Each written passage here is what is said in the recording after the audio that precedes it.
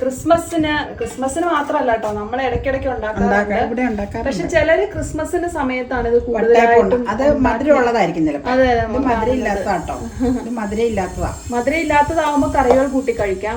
ക്രിസ്മസിന് ഈസ്റ്ററിനും ഒക്കെ ചിലര് ഇത് ഉണ്ടാക്കാറുണ്ട്. ചില നാടുകളിൽ ഈസ്റ്റർ അപ്പം എന്നും അറിയപ്പെടുന്നു. പക്ഷെ നമ്മൾ ഉണ്ടാക്കുന്നത് വേറെയാ. നമ്മൾ ഈസ്റ്ററിന് വട്ടയപ്പം അങ്ങനെ ചെയ്യാറില്ല.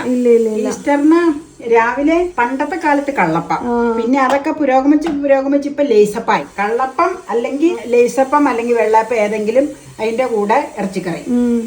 ക്രിസ്മസിനും ഈസ്റ്ററിനും ഒക്കെ അങ്ങനെയാണ് നമ്മൾ ചെയ്യുന്നത്. പല നാടുകളിലും പല രീതിയാ. പിന്നെ പിടിയിറച്ചി ഉണ്ടാക്കണമെങ്കിൽ അതും ഉണ്ടാക്കാം. അതും ഈസ്റ്ററിനാ കൂടുതലും പിടിയിറച്ചി. ക്രിസ്മസിന് അപ്പാണ് സ്ഥിരം. അങ്ങനെ ഒക്കെ അടക്കട്ടെ. ഇതിപ്പോ കറി കൂട്ടി കഴിക്കാൻ മധുരമില്ലാത്ത വട്ടയപ്പം ഇവിടെ ഒരു സെറ്റ് റെഡി ആയി കഴിഞ്ഞു. നീ ഇത് വെക്കാനില്ല കേട്ടോ, ഇത് പുളിമാവിന് വേണ്ടി വെച്ചേക്കുവാ.